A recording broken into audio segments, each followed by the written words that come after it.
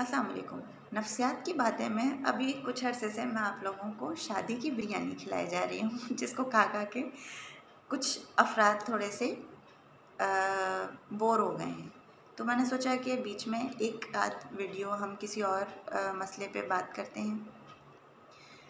कई अफराद इस बात का तकाज़ा करते हैं और पूछते हैं कि क्या ज़हनी सदमा भुलाया जा सकता है? क्या दिमाग से याददाश्त डिलीट की जा सकती है, ख़ास तौर से अगर वो याददाश्त किसी बहुत तकलीफ़देह वाक़े से मुतल्लिक़ हो?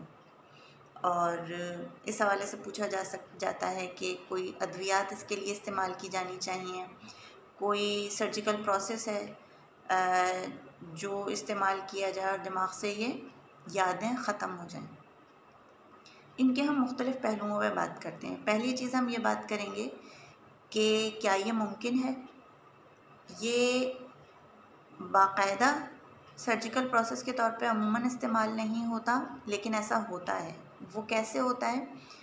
या तो आपका दिमाग किसी हादसे में दिमाग का कोई हिस्सा डैमेज हुआ है और उस हिस्से में जो मालूमात है या याददाश्त है वो इसलिए ख़त्म हो गई क्योंकि दिमाग का वो हिस्सा ही डैमेज हो चुका है, तो ऐसे याददाश्त ख़त्म हो जाती है। कभी कभार ये आर्जी तौर पे ख़त्म होती है कि जब बंदा आहिस्ता आहिस्ता सेहतियाब होता चला जाता है तो आपको वाक़यात दोबारा याद आते चले जाते हैं। एक और जो इसकी वजह होती है वो ये कि सदमे के बाद वो सदमा इतना शदीद तकलीफ़देह है कि जो शख्स है वो लाशऊरी तौर पर उस वाक़े को कहीं पीछे अंधेरे में धकेल देता है और उसके बारे में सोचना नहीं चाहता और उसको लगता है कि ऐसा कोई वाक़या उसकी ज़िंदगी में कभी आया ही नहीं।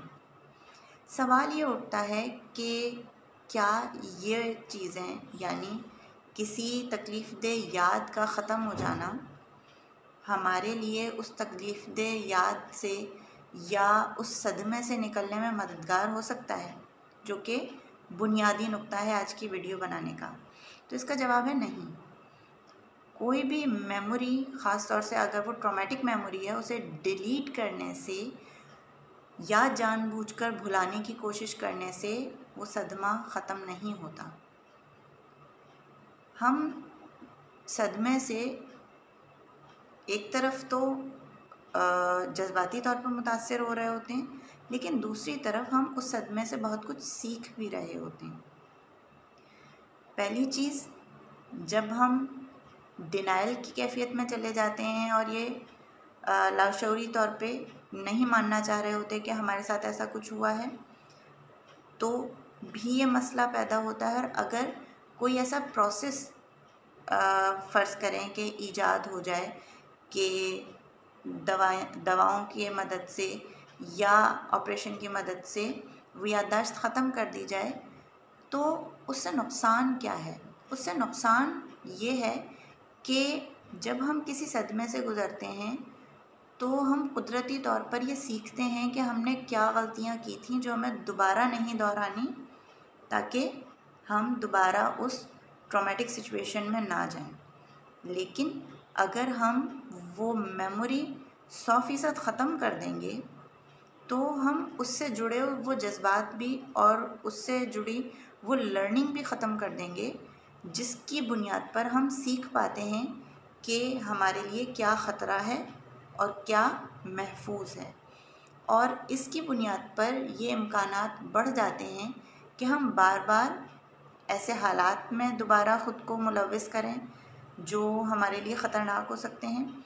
ऐसे अफराद से बार बार ताल्लुक़ जोड़ें जो हमारे लिए अब्यूसिव हैं और जो हमेशा हमें जज्बाती और ज़हनी तकलीफ़ देते हैं।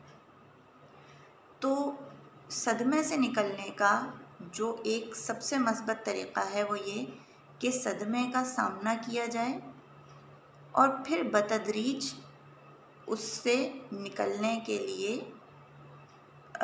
उन इक़दामात पे अमल किया जाए जो कि सदमे से निकलने के लिए मददगार होते हैं।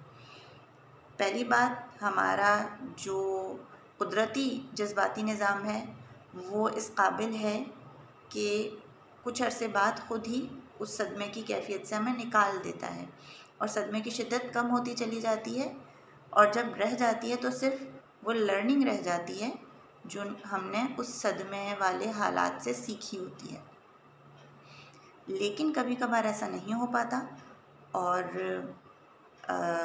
हम बार बार मुसलसल उन यादों का शिकार रहते हैं जो हमें उस ट्रॉमेटिक इवेंट से मिली थी, और हमारा रोज़ाना की ज़िंदगी हमारी बहुत ज़्यादा मुतासर होती है। तो ऐसे में ज़रूरी है कि हम ख़ुद, अगर हमारे साथ ये हुआ है तो हम ख़ुद नफ्सियाती मुशावरत लें, किसी से मदद लें ताकि हम इस तकलीफ़ से निकल सकें। और अगर हमारे इर्द गिर्द कोई शख्स इस मसले से गुज़र रहा है तो उसको हम प्रेशराइज़ ना करें कि तुम भूल जाओ तो सब कुछ ठीक हो जाएगा।